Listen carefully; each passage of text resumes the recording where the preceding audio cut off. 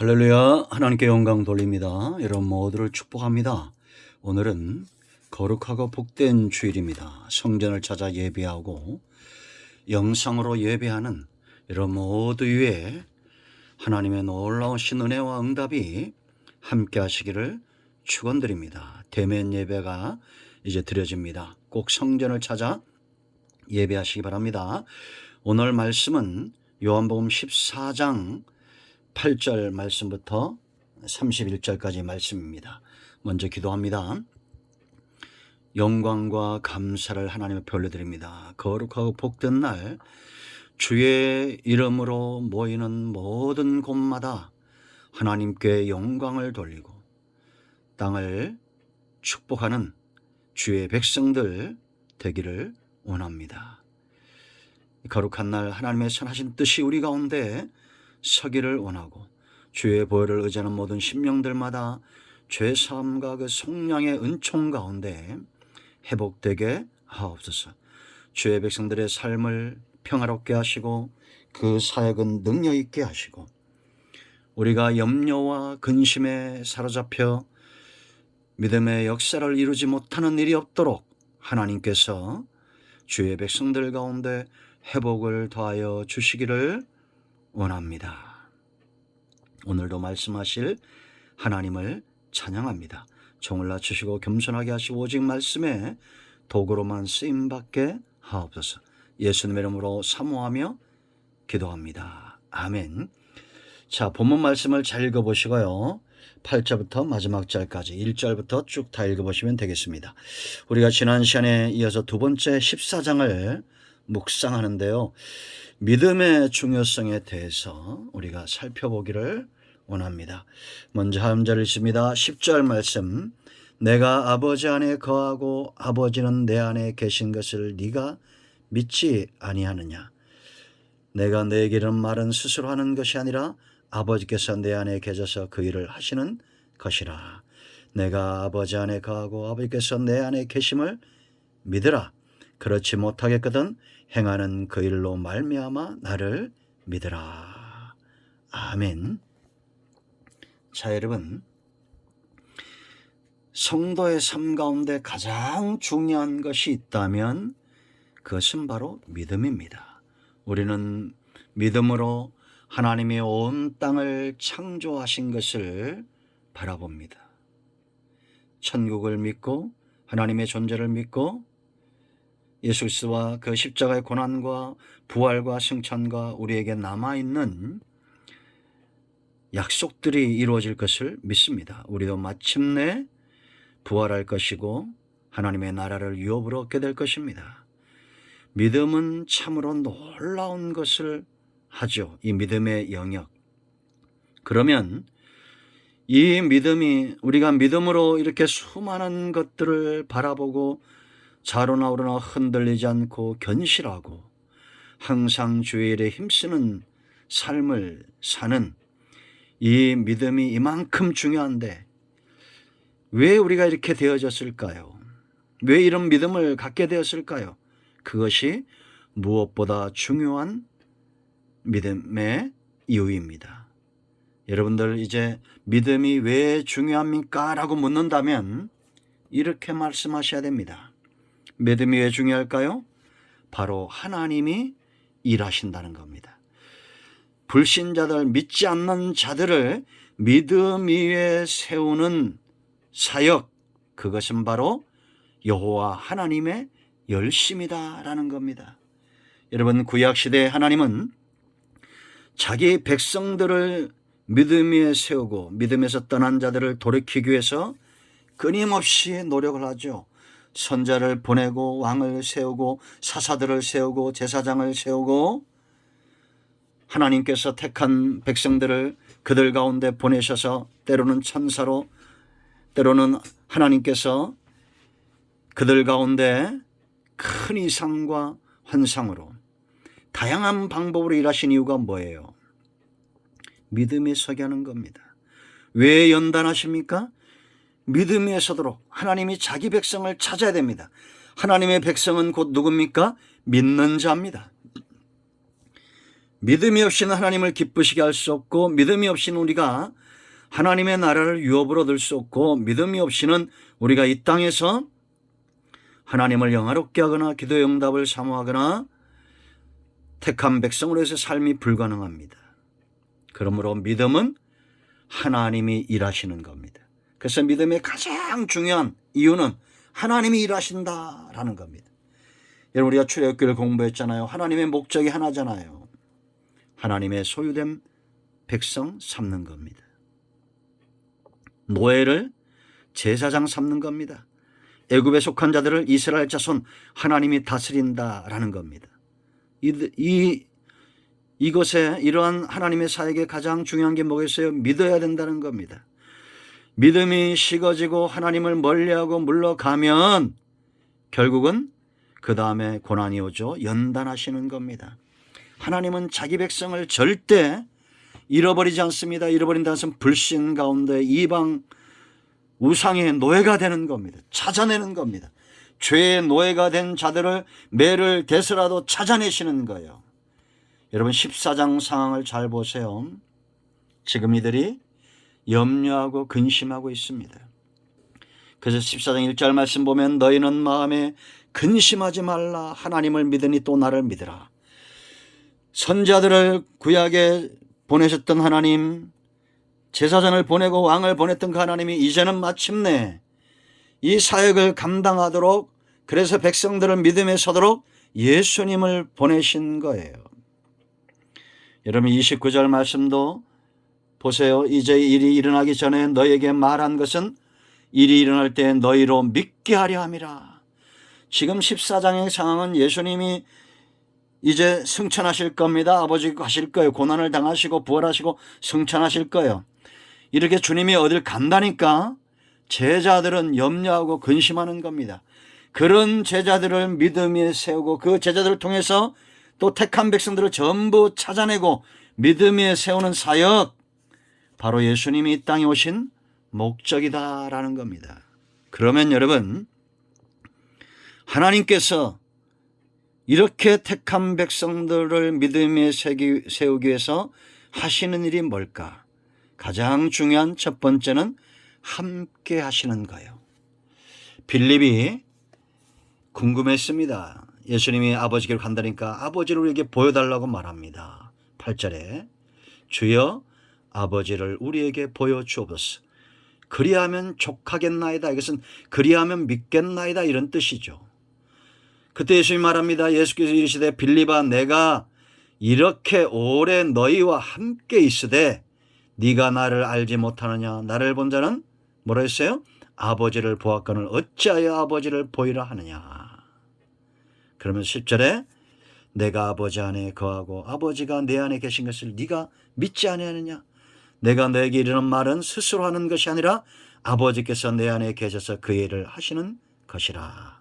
믿으라는 겁니다. 내가 아버지 안에 거하고 아버지께서 내 안에 계심을 믿으라. 그러지 못하겠거든 행하는 그 일로 말미암아 나를 믿으라. 자, 20절 보세요, 여러분. 예수님이 또 이런 말씀을 하시죠. 20절에 그날에는 내가 아버지 안에 너희가 내 안에 내가 너희 안에 있는 것을 너희가 알리라. 그날이 언제요? 바로 성령께서, 약속하신 성령께서 오시는 날입니다. 그래서 16절로 24절까지는 21절까지는 약속하신 보혜사 성령이 오실 것을 말한다. 그러면 우리가 알 수 있는 건 뭡니까? 하나님은 한 번도 그 백성들을 버리거나 떠나신 적이 없다는 겁니다. 구약의 성부 하나님이 친히 나타나시고 일하시고, 신약시대에 예수님의 말씀이 육신이 되어 우리 가운데 오셨죠.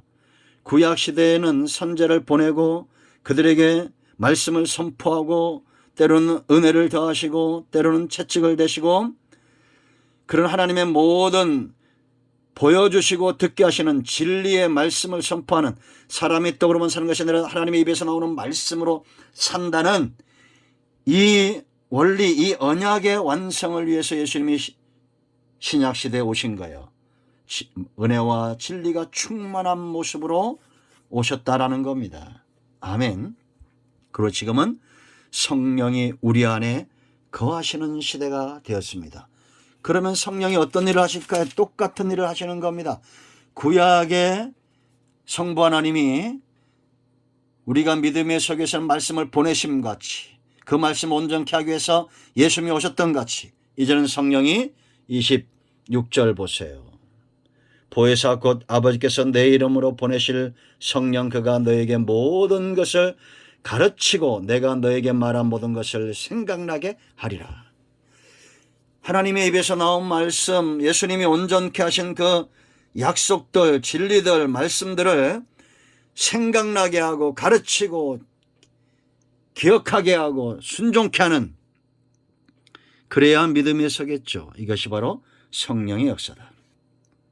그러므로 우리는 여러분 최고의 환경 속에 있다 이렇게 보시면 됩니다. 환경이 불안하면 믿음에 설 수가 없어요. 하나님과 함께하는 이 환경, 하나님의 말씀들이 그대로 이루어지고 있는 이러한 환경들, 그걸 통해서 우리가 하나님과 동행함으로 믿음에 선다. 두 번째는 하나님께서 행하시는 일이 있어요. 바로 응답. 우리가 부르짖을 때 응답하시는 겁니다. 여러분 구약 시대에는 하나님의 응답이 어떻게 왔습니까? 제단 위에 제물 위에 떨어졌죠. 그렇지 않습니까? 그래서 정말 하나님이 기뻐하는 온전한 제물이 드려지고 온전한 제사장이 대제사장에 의해서 속죄의 제사들이 드려지고 희생의 제사들이 드려지고 하나님 앞에 나아갈 때 하나님의 응답이 그들을 복되게 하고 윤택케 했다. 예수님이 이 땅에 왜 오셨어요? 제물로 오신 겁니다. 화목케 하는 제물로 오셨어요. 이제 우리는 구약 시대처럼 소나 양이나 염소를 잡지 않고 뭘 의지합니까? 예수님의 이름을 의지합니다. 자, 12절 말씀부터 보세요. 내가 진실로 진실로, 이런 말 여러분 별표 5개라고 그랬죠. 정말로 정말로 진실로 진실로 꼭 이렇게 된다는 겁니다. 너에게 이르노니 나를 믿는 자는, 그 다음에 엄청난 말씀합니다. 내가 하는 일을 그도 할 것이요 또한 그보다 큰 일도 하리니 이는 내가 아버지께로 감이라. 큰 일이 뭘까요? 13절 너희가 내 이름으로 무엇을 구하든지 내가 행하리니, 기도에 응답을 하신다는 겁니다. 우리만 기도하는 것이 아니라 하늘 보좌에서 예수님이 기도하시고 성령이 말할 수 없는 탄식으로 우리를 위해서 기도하시고, 기도 사역은 그러니까 여러분 성자 예수님과 성령과 우리의 세 가지 사역이 되는 거예요. 삼위의 사역이 되는 겁니다. 우리가 물론 하나님은 아니지만 사람이 하나님일 수 없죠. 그러나 이 기도 사역을 우리가 수종든다.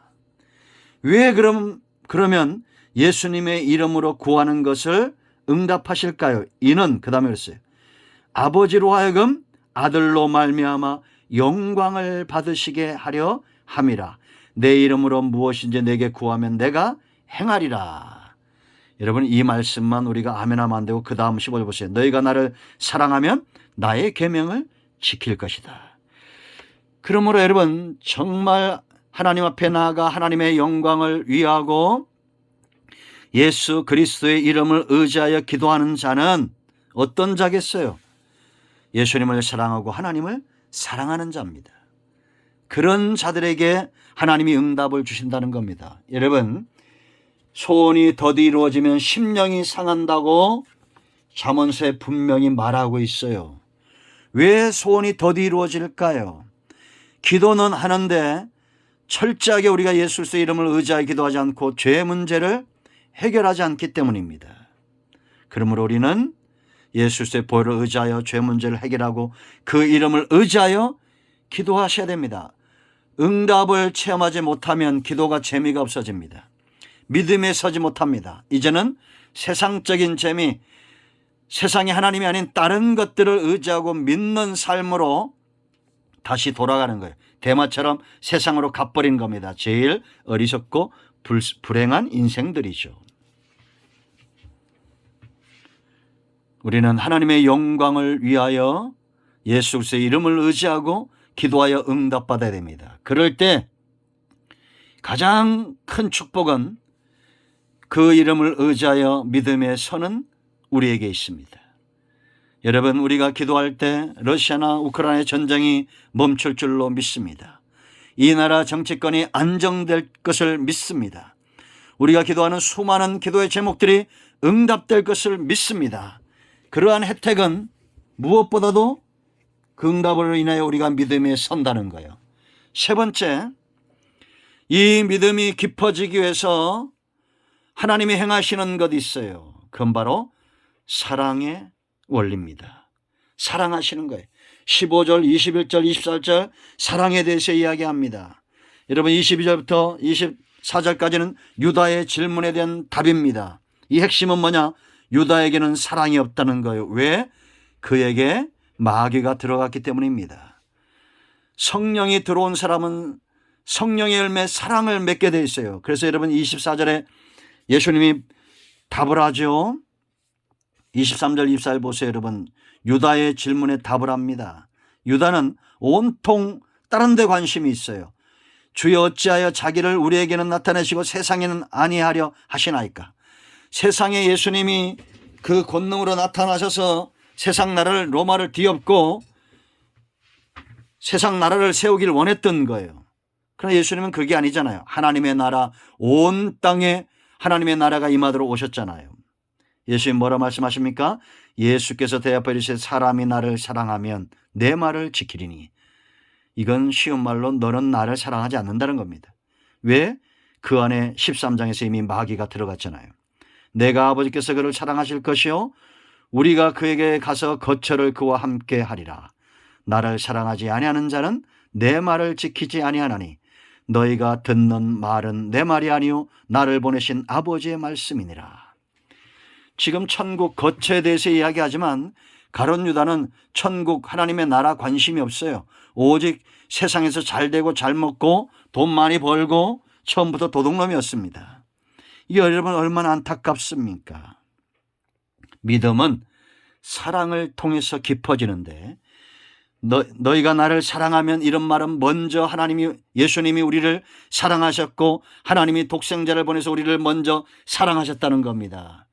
이 사랑을 입었기 때문에 우리도 이제는 하나님을 사랑해서 그 계명을 지키고, 그래서 여러분 21절에 나의 계명을 지키는 자라야 나를 사랑하는 자니 나를 사랑하는 자는 내 아버지께 사랑을 받을 것이요 나도 그를 사랑하여 그에게 나를 나타내리라. 할렐루야. 사랑하면 깊어집니다. 믿음이 깊어집니다. 마지막 네 번째, 하나님이 행하신 저와 여러분을 믿음 위에 세우기 위해서 행하시는 일이 있어요. 자, 27절 말씀 보세요. 다 같이 한번 읽겠습니다. 27절 평안을 너에게 끼치노니 곧 나의 평안을 너에게 주노라. 내가 너에게 주는 것은 세상이 주는 것과 같이 아니하니라. 너희는 마음에 근심하지도 말고 두려워하지도 말라. 근심과 두려워하지 말고 믿으라는 겁니다. 왜? 평안을 주신다는 거예요. 여러분, 성령의 평안에 매는 줄로 하나됨을 힘써 지켜라 그러죠. 성령의 역사, 하나님의 역사는 평안입니다. 우리가 기도를 해도 평안을 쫓아가야 되고 신앙생활 전반에 평안을 쫓아가는 사람, 그 사람 하나님이 행하시는 일과 하나님의 살아계심과 예수 그리스도의 행하시는 일을 견고히 믿고 있는 자의 분명한 증거, 바로 평안입니다.